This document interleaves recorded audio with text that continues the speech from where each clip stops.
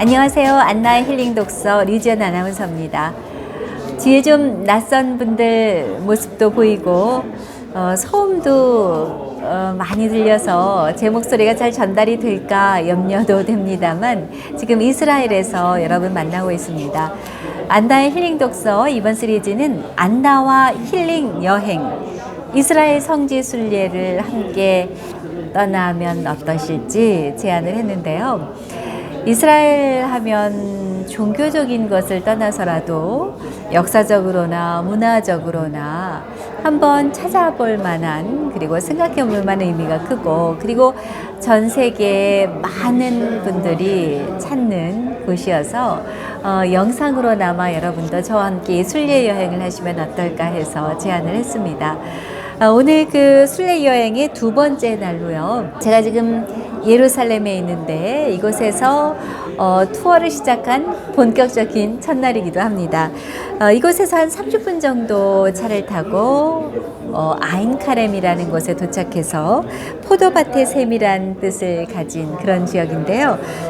오전에 세례자 요한 탄생 성당, 마니피카 성당 이렇게 두 곳을 둘러보고 그리고 한 30분 정도 다시 차를 타고 베들레헴에 이곳은 팔레스타인 영입니다. 이곳에 도착해서 예수님 성탄 성당, 성 예로니오 경당, 성 카타리아 성당, 그리고 목자들의 들판 성당 이렇게 둘러본 것이 오늘의 여정이었습니다. 신약 성서의 그 출발 지점부터 어떻게 보면 여행의 시작을 매우 의미 있게 했다고 볼 수가 있는데요. 오늘 그 성서 순례지로도 의미가 있었지만 사회적인 또 역사적인 의미를 한번 생각해 보는데도 매우 뜻깊고 많은 것이 생각이 난 그런 여정이었습니다.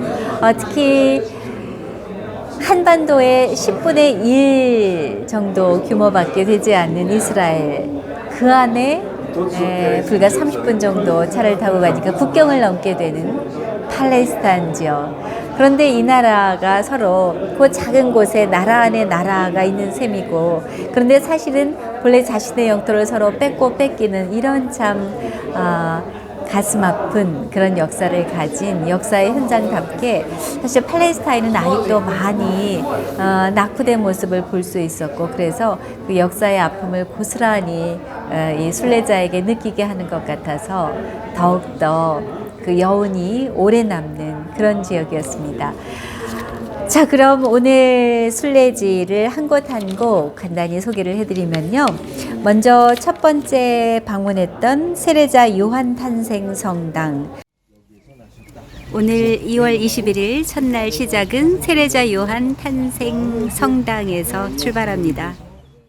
그러니까 세례자 요한의 어머니인 엘리사벳 그리고 스카리아 이 그 두 분이 살았던 곳 그리고 바로 세례자 요한이 탄생하기도 한 것을 기념해서 세례자 요한 탄생 성당을 그곳에서 순례지로 첫 방문을 하게 됐습니다.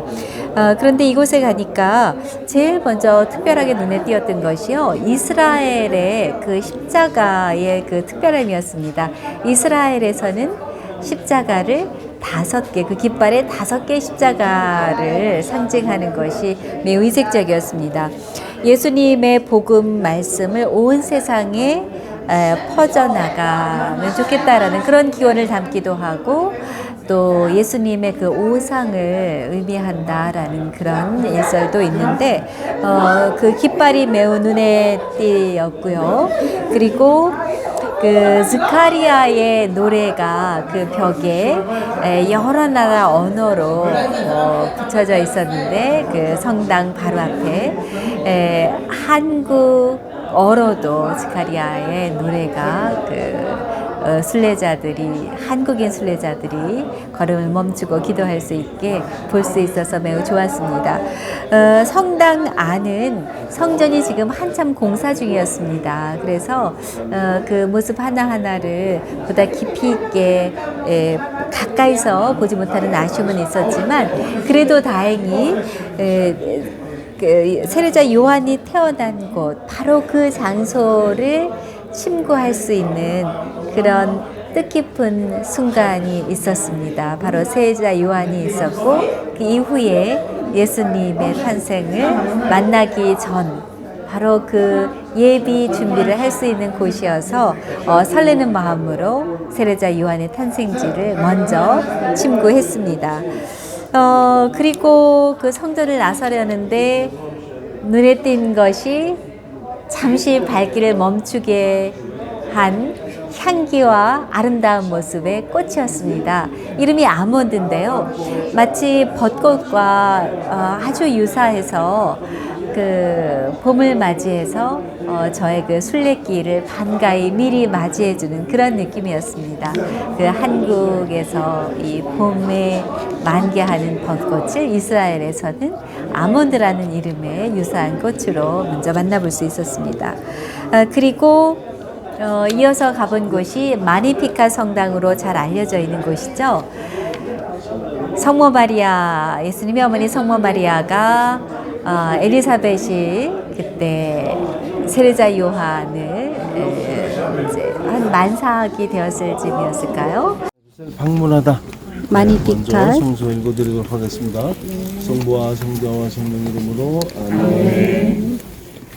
며칠 뒤에 마리아는 길을 떠나 걸음을 서둘러 유다 산골에 있는 한 동네를 찾아가서 지카리아의 집에 들어가 엘리사벳에게 문안을 드렸다. 태중의 아드님 또한 복되십니다. 주님의 어머니께서 나를 찾아주시다니 어찌된 일입니까? 문안의 말씀이 내 귀를 울렸을 때에 내 태중의 아기도 기뻐하며 뛰놀았습니다.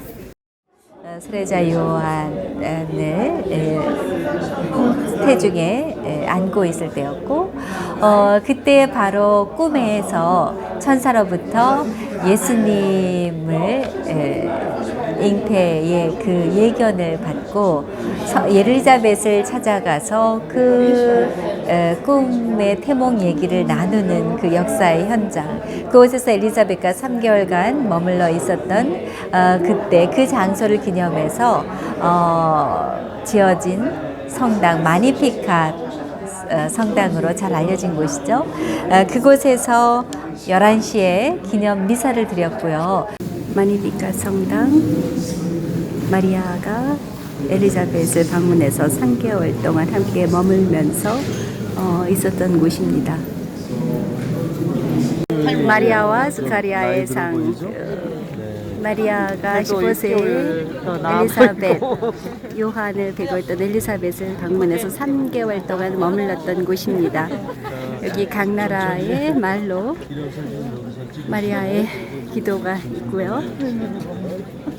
또 그곳에도 역시 그 성전 앞에 벽에 많은 나라 언어로 성모님의 찬가가 써 있었는데, 그래서 각 나라 순례자들이 멈춰서 기도할 수 있도록, 그런데 역시 한국어로 성모님의 찬가가 있어서 한국의 순례자들도 반갑게 멈춰서서 그 찬가를 기도할 수 있었습니다. 그리고 11시 미사를 드리는데 뜻깊게도 제가 마침 그 미사에서를 하고 미사를 드릴 수 있어서 더욱더 의미 있는 출발 미사가 됐습니다.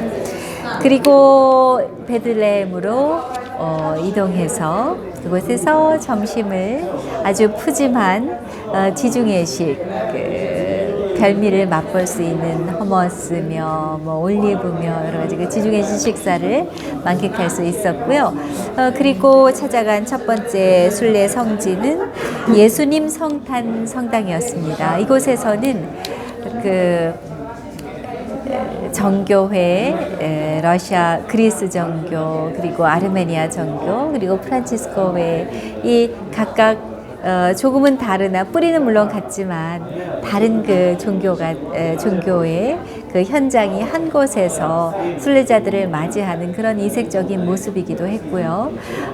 그곳에서 예수님 성탄의 그 실제 탄생지, 그것을 침구할 수 있는 정말 가슴 벅찬 그 순간을 맞이하면서 여행 순례에 이번 순례에서 어떤 것을 묵상하면서 어떤 출발을 해야 할까라는 생각을 해본 현장이었습니다. 그 예순성탄 성당에서는요, 특히 그 예수님이 그 구유에 누워 계셨던 현장, 그리고 동방박사 세 사람이 와서 경배했던 현장. 그런데 그곳이 매우 그 지하 동굴처럼 낮은 곳이었습니다. 그곳에서 사실상 현장은 매우 좁았어요. 그 안에서 구유에 동방박사 세 사람이 와서 경배했던 곳, 그리고 그 앞에 예수님이 정말 탄생하셨던 곳. 그곳에는 은별 모양으로 14개의 별의 모양을 하고 있는데, 침구하는 그것은 바로 아브라함으로부터 이어지는 14대 손 예수님, 그것을 상징하는 그 14개의 은별의 모습이었습니다. 그리고 그곳에서 예수님이 태어나신 곳을 침구한 이후에 그 바로 앞에 위치한 카타리나 성당으로 가면, 카타리나 그 순교자면서 성녀인 카타리나 성녀에게 봉헌된 성당입니다.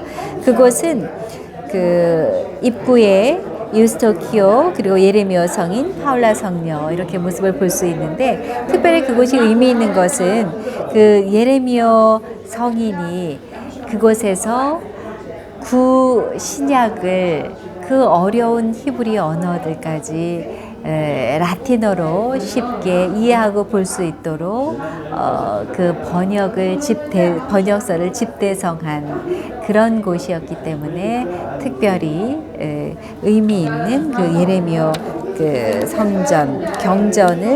성 예레미야 경전을 찾아봤고요. 그리고 성 카타리나 성당이 바로 예수님 성탄 성당으로 이어져 있어서 다시 그곳으로 돌아와서 그 헬레나 성녀가 처음 지었던 성당의 그 조각의 일부가 남아있는 그 현장의 모습까지도 같이 볼 수가 있었습니다. 그리고 이어서 찾아간 곳은 목자들의 들판 성당인데, 목동들이 천사들로부터 예수님의 탄생을 알리는 전달을 받고 실제로 가서 예수님을 찾아가서 예수님을 경배하는 모습까지 그 성전 안에는 그것을 기념해서 만든 성당 안에 벽화들이 있었고요. 그리고 그 근처의 동굴에서는 순례자들이 찾아가서 미사를 드릴 수 있도록 그 동굴에 성전이 마련되어 있었습니다. 그 예전에 실제로 그 목동들이 양들과 함께, 뭐 양이나 염소들과 함께 그 동굴에서 보통 저녁이 되면 머물러야 되니까요. 그 안에서 바로 머물면서 그 천사들의 그 음성을 들을 수 있었던 곳, 그 현장을 오늘 같이 찾아봤습니다. 오늘 순례지는요, 바로 예수님의 탄생, 그 시작부터 출발점을 밟아가는 그 잉태 소식부터 찾아가는 곳이어서 의미가 컸고요.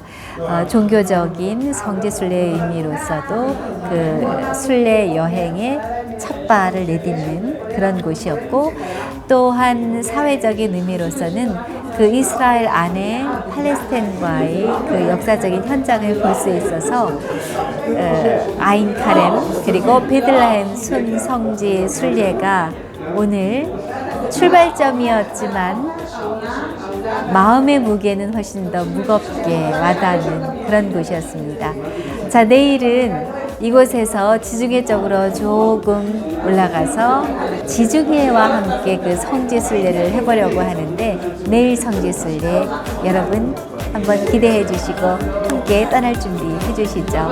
자, 이곳에서는 인사말을 평화를 기원하는 마음으로 샬롬이라고 하는데, 저도 오늘 샬롬으로 마무리 인사하겠습니다.